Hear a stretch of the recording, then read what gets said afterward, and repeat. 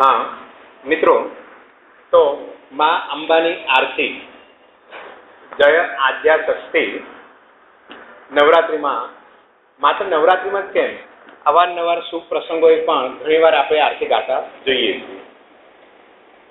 एवुं लागे छे के आरती आजथी लगभग 150 वर्ष पहला रचना करेली छे आरतीनी।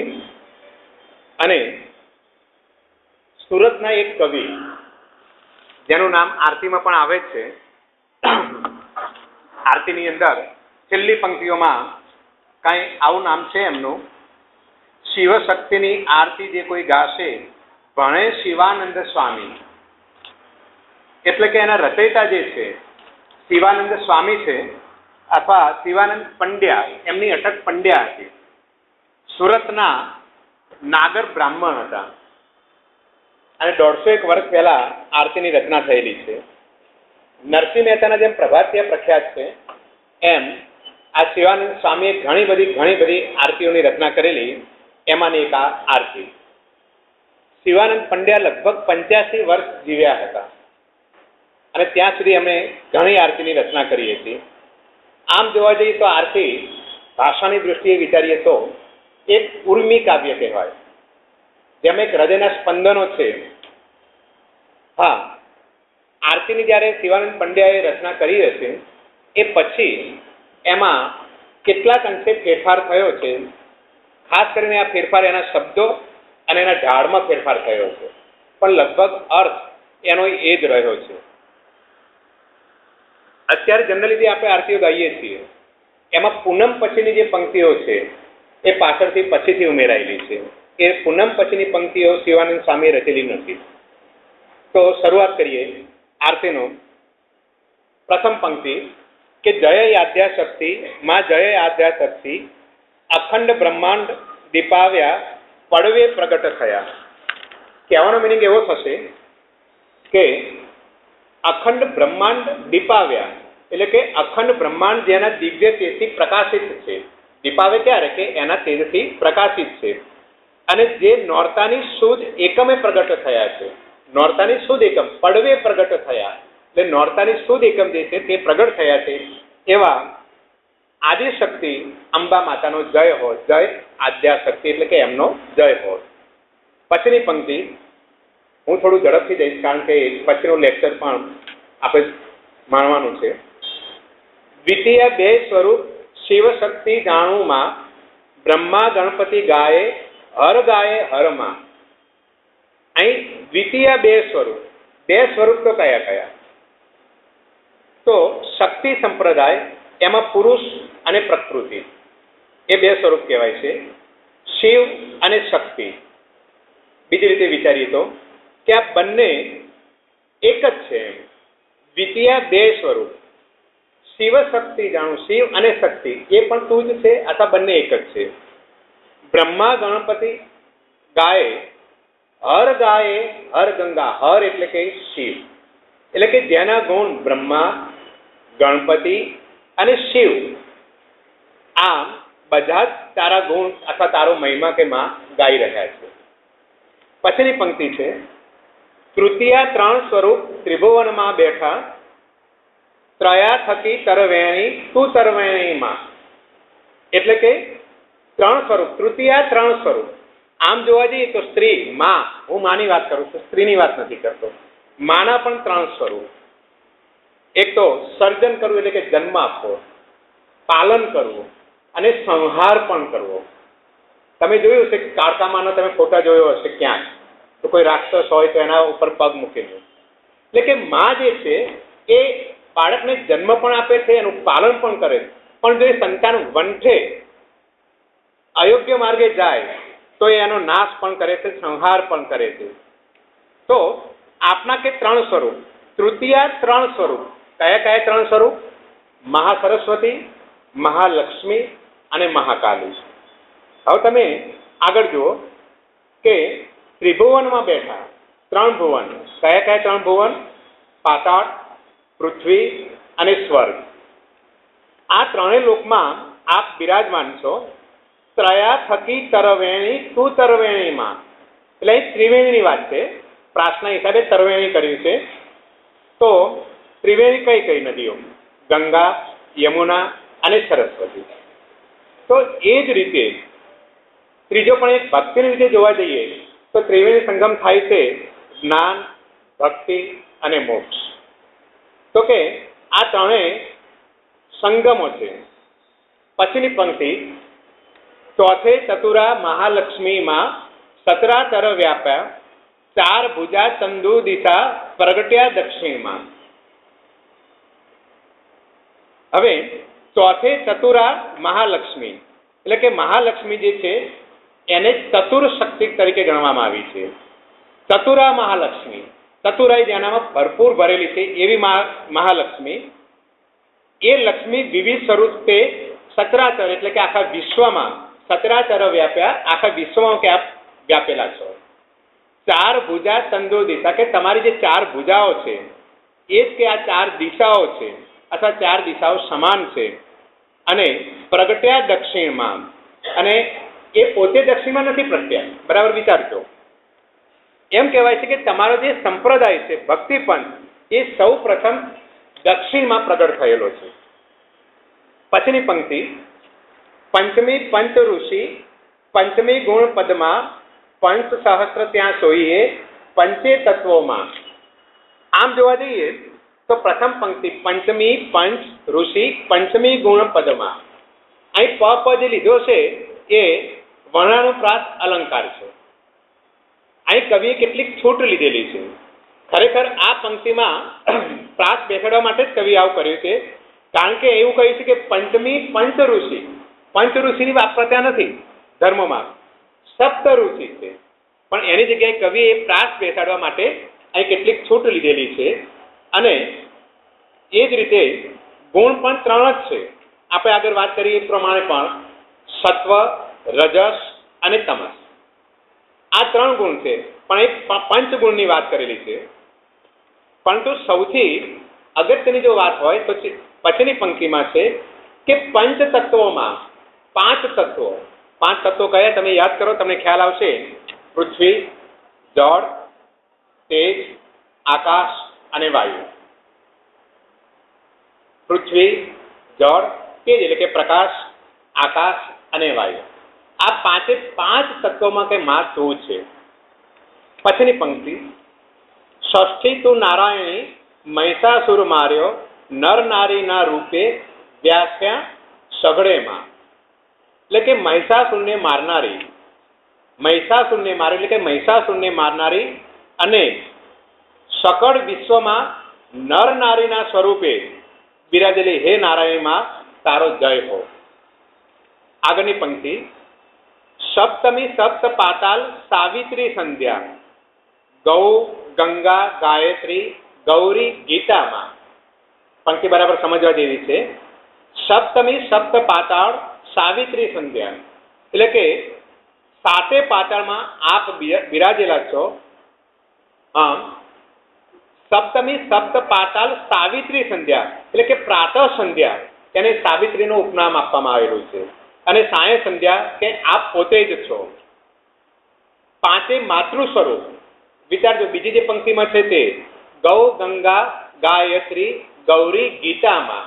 તો ગૌ એટલે કે ગાય, ગંગા નદી, ગાયત્રી એટલે કે ઉમિયામાં, ગૌરી એટલે ઉમિયામાં, ગાયત્રીમાં, અને ગીતા એ પાંચે પાંચ કે જે માતૃ સ્વરૂપે આ બધું જ કે માં તું પોતે છે. અહીં એક હૃદયના સ્પંદનો છે, માતાજીના વખાણ કર્યા છે. નવી પંક્તિ છે, અષ્ટમી અષ્ટભુજા આઈ આનંદા સુનિવર મુનિવર જન્મ્યા દેવ દૈત્યોમાં. એટલે કે શક્તિનું માયા સ્વરૂપ એની દૈત્યોને અહેનારી કે મહાકાળી આ બંને 8 ભુજાવાળી છે. મહાકાલી જે છે દૈત્યોને જે માટે કહ્યું છે કે અષ્ટમી અષ્ટભુજા, 8 ભુજા. આગળ જે માતાજીની વાત આવી 4 ભુજા 4 દિશાઓ જે છે 4 ભુજા છે એવી વાત કરેલી હતી. અહીં જે વાત કરી મહાકાળીની 8 ભુજાઓની વાત કરેલી છે. જેમાં તારીખ કુખિત કે દૈત્યો, શુભ અશુભ તત્વો, શ્રવણ ભક્તિ કરનારા સુનિવર અને મનન ભક્તિ કરનારા મુનિવરો પ્રખ્યાત છે. અહીં તમે જુઓ કે આગળ પણ એક વાત આવી ગઈ, મેં અગાઉ વાત કરી કે સર્જન કરવું, પાલન કરવું અને જરૂર પડે તો સંહાર પણ કરવો. તો અહીં શિવાનંદ સ્વામી કહે છે માતાજીને કે એમાં તારી જ કુખે કે દૈત્ય એટલે કે રાક્ષસો જન્મેલા છે, શુભ અશુભ જે તત્વો છે એ પણ તારી કુખે જન્મેલા છે, શ્રવણ સાંભળીને કે જે ભક્તિ કરે છે એવા સુનિવર અને મનન ભક્તિ મૌન રહીને જે ભક્તિ કરે છે એવા મુનિવર, આ બધા તારી કુખે જન્મેલા છે. નવમી નવ કુલ નાગ સેવે નવ દુર્ગા, નવરાત્રિના પૂજન શિવરાત્રિના અર્ચન કીધા હર બ્રહ્મા. તો નવમી નવ કુલ નાગ કહેવાનો મિનિંગ એવો છે કે નવે નવ કુળના નાગ આપને ભજે છે અને નવ દુર્ગાનું પૂજન કરે છે. વાત આવે છે કે નવમી નવ કુલ નાગ સેવે નવ દુર્ગા, નવ દુર્ગાનું પૂજન કે આ નવે નવ કુળના નાગ કરી રહ્યા છે. નવરાત્રિના પૂજન શિવરાત્રિના અર્ચન એટલે કે શિવ અને બ્રહ્મા પણ જેની સ્તુતિ કરે છે એવા નવ દુર્ગાનો જય હો. હવે દોસ્તો ખાસ વિચારજો કે નવરાત્રિમાં જે નવ માતાજી આપણે કહીએ છીએ શક્તિ સંપ્રદાયમાં, તો નવે નવ રાત્રે અનુક્રમે પહેલી રાત્રે શૈલપુત્રી, બીજી રાત્રે બ્રહ્મચારિણી, ત્રીજી રાત્રે ચંદ્રઘટા, આ બધા માતાજીના નામ છે, જુદા જુદા સ્વરૂપો છે.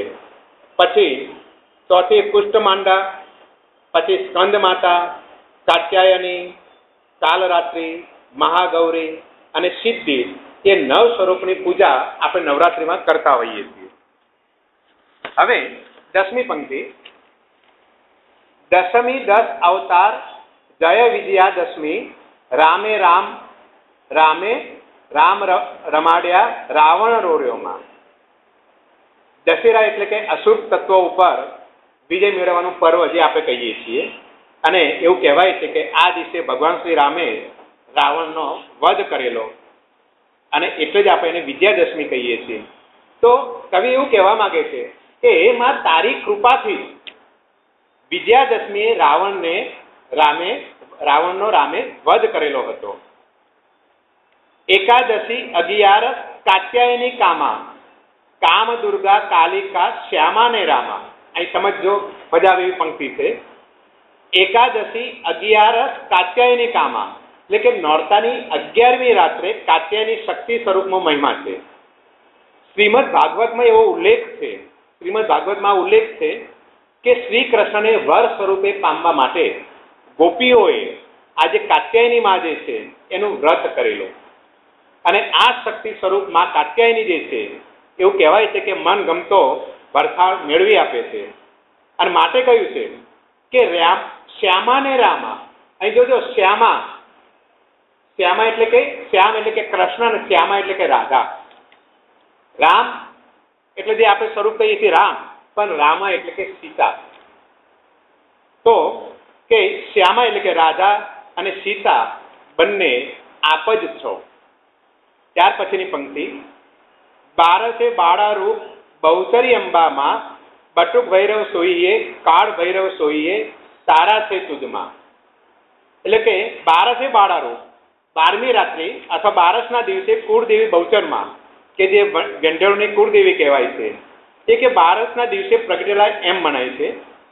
બટુક ભૈરવ, તમે જોજો કે માતાજીના મંદિરમાં તમે જશો તો ડાબી અને જમણી બાજુ 2 ક્ષેત્રપાળ હોય છે.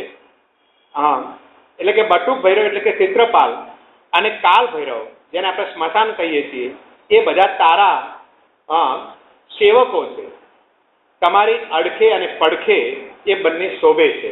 મંદિરમાં જઈએ પહેલા બંને બાજુ જે મૂર્તિઓ નાની જોવા મળે છે એમના સેવકો તરીકે છે ત્યાં. પછીની પંક્તિ, 13 તુળજા રૂપ તું તારણી માતા, બ્રહ્મા વિષ્ણુ સદાશિવ ગુણ તારા ગાતા. તારું 13મું સ્વરૂપ તુળજા ભવાની. હવે આમ જોવા જઈએ તો તુળજા ભવાની જે છે એ એમનું જે સ્થાનક મુખ્ય એ મહારાષ્ટ્રમાં કોલ્હાપુરમાં આવેલું છે, અને મહારાણા છત્રપતિ શિવાજી એમના એક કુળદેવી હતા. તો કે 13 તુળજા રૂપ તું તારણી માતા, કે જે સર્વજનોને તું તારે છે. આવી તારણી માતાના ગુણ કે બ્રહ્મા વિષ્ણુ સદાશિવ ગુણ તારા ગાતા. તો બ્રહ્મા વિષ્ણુ અને શિવ પણ તારા ગુણ ગાઈ રહ્યા છે, એવું તુળજા માતાને કહેવામાં આવે છે. પછીની પંક્તિ 14 રૂપ ચંડી ચામુંડા ભાવ ભક્તિ કઈ આપો ચતુરાઈ કઈ આપો સિંહ વાહિની માતા.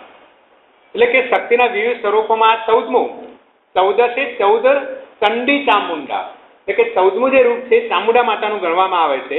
ચંડિકા પણ એને કહેવામાં આવે છે. અને 14 વિદ્યા સ્વરૂપોમાં કે મા તો બિરાજમાન છે.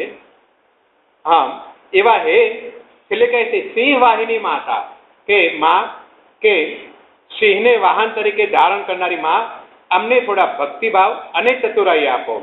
કહીએ છીએ ને ભાવ ભક્તિ કઈ આપો ચતુરાઈ કઈ આપો, એટલે કે અમને ભક્તિ અને ચતુરાઈ આપો. 15મી પંક્તિ પૂનમે કુંભ ભર્યો સાંભળજો કરુણામાં વશિષ્ઠ દેવે વખાણ્યા મર્કંડ દેવે વખાણ્યા ગાય શુભ કવિતા.